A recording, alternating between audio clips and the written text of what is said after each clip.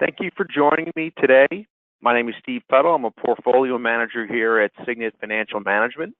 And today I'm going to go through some timely insights regarding the market performance so far year to date. I'm going to highlight some of the recent activity that we've seen in the marketplace and then go through our outlook. So let's kick it off by talking a little bit about the economy.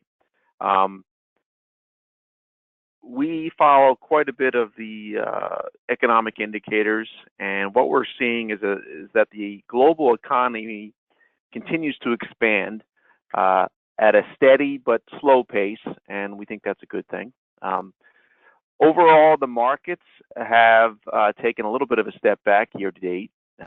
Interest rates have risen, volatility has spiked, and we've seen weakness across most asset classes year to date. Overall, our outlook, however, is for continued economic growth, and we do believe that corporate profits should help markets correct or recover from the recent correction. The one thing that I think is important to note about what we've seen so far in 2008 is that volatility is back, and here I'm showing two slides. One is the S&P 500. The other is the SIBO Volatility Index, which is a measure of volatility within the S&P 500. And this goes back 3 years. And what you see on the lower chart is that in 2017, volatility was extremely low for an extended period of time. And up on the top chart, you see this was represented by the fact that the S&P 500 was fairly steady in an upward-driven path. We may now be in the process of a regime change from a low volatility environment, which we saw last year, to a high volatility environment, which we're seeing so far in 2018. And on the chart you see below, you can see in 2018 there was a very large spike, and then the volatility has continued, although it's pulled back a little bit. And we've seen this play out in the equity markets by the fact that we've seen highs and lows and quite violent moves up and down so far in 2018. So what does this mean to investors? Well, first of all, I think it's important to have some perspective. Volatility and risk is inherent with any investment strategy. The good thing is that market declines, while they happen fairly frequently, they don't last forever. And this is a nice slide that shows how often various market declines have occurred within the Dow Jones Industrial Average from 1900 till last year. And you'll see a 10% drop, which we've seen 2 of them already this year. That on average happens about once a year. A 5% drop may happen on average about 3 times a year. But in each case, the markets have tended to recover fairly quickly. So that's a good thing. And again, I just want to reiterate, we think that where we are right now, corporate earnings are going to play a good role in helping the markets recover. One of the reasons given for the decline, at least on the stock side, has been the rise in the 10-year Treasury yield. And just this week, the 10-year Treasury yield crossed over 3%. It did get a lot of attention in the media. So what does that mean to you? Well, to me, the rise of the 10-year Treasury is telling 3 main things. First, it's showing that economic growth is solid. Interest rates rise because they believe the economy is going to grow. That's a reflection of future expectations priced into the Treasury yield. The other thing it shows is that inflation is moving higher. The price of goods is going up. And finally, it's telling me that market fears may be contained.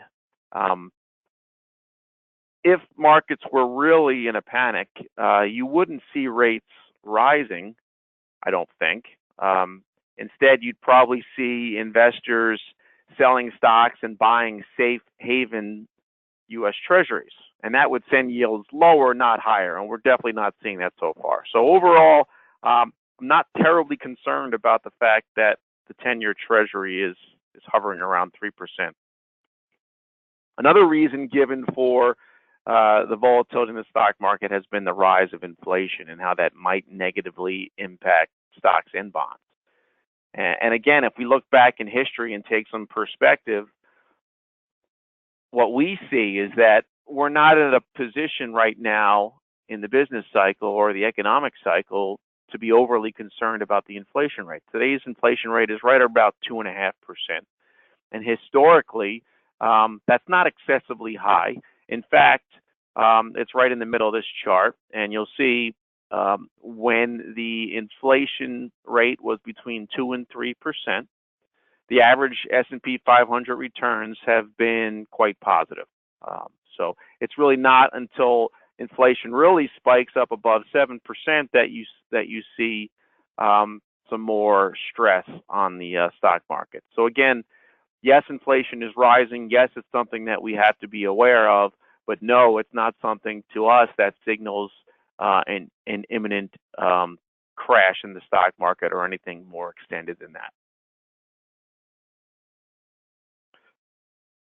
So after a long bull market like we've seen, it's not unreasonable to expect some volatility to occur like we've seen this year. So what's an investor to do?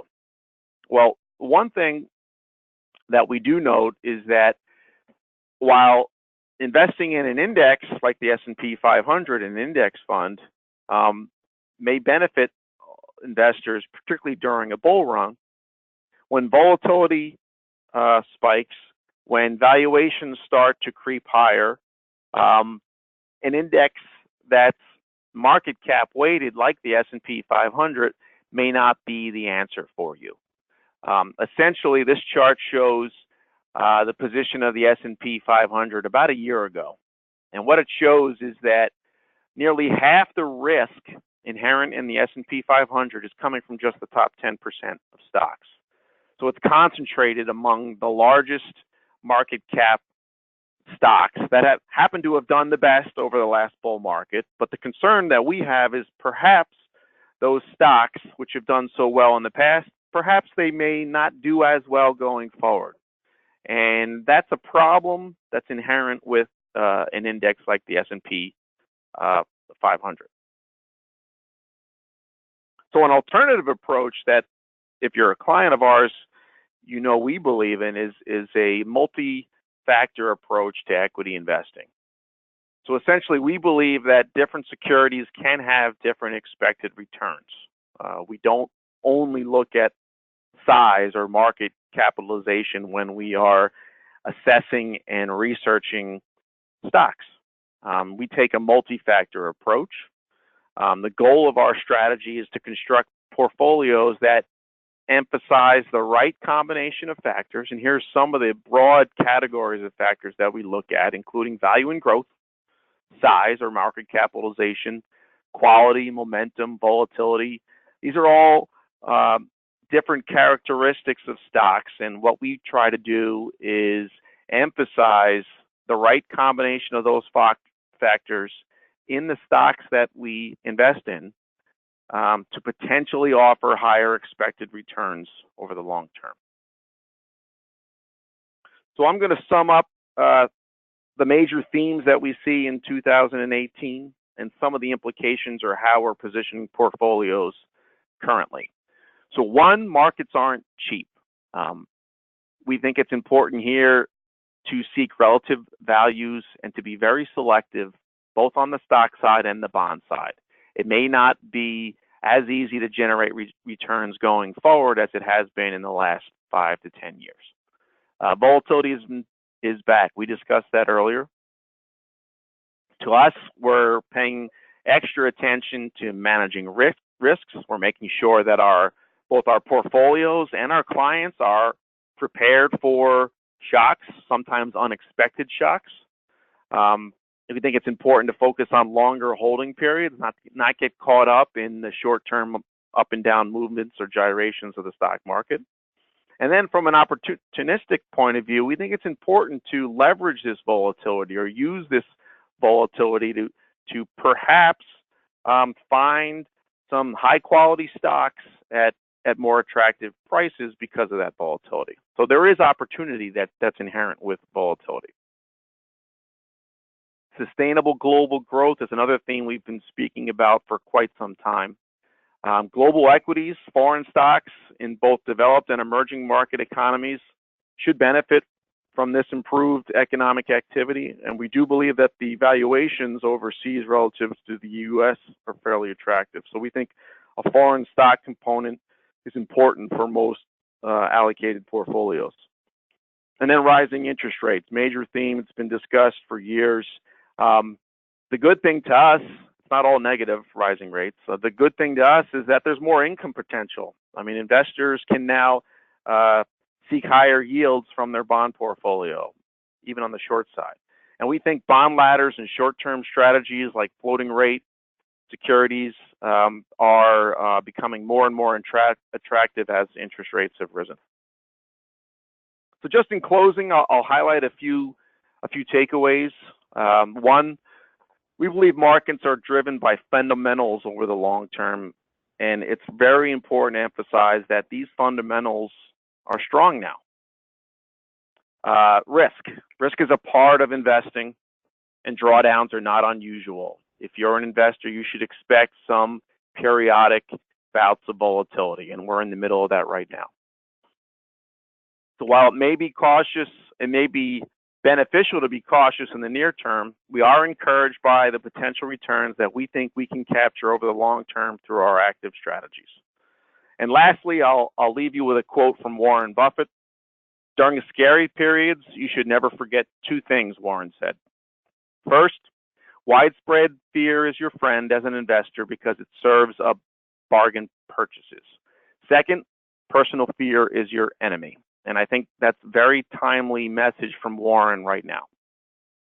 So I want to thank you for your time and continued trust. My contact information is on the screen right now. If you have any questions or want any personal insight into your portfolio, please feel free to reach out by phone or email, and I'll be happy to discuss with you.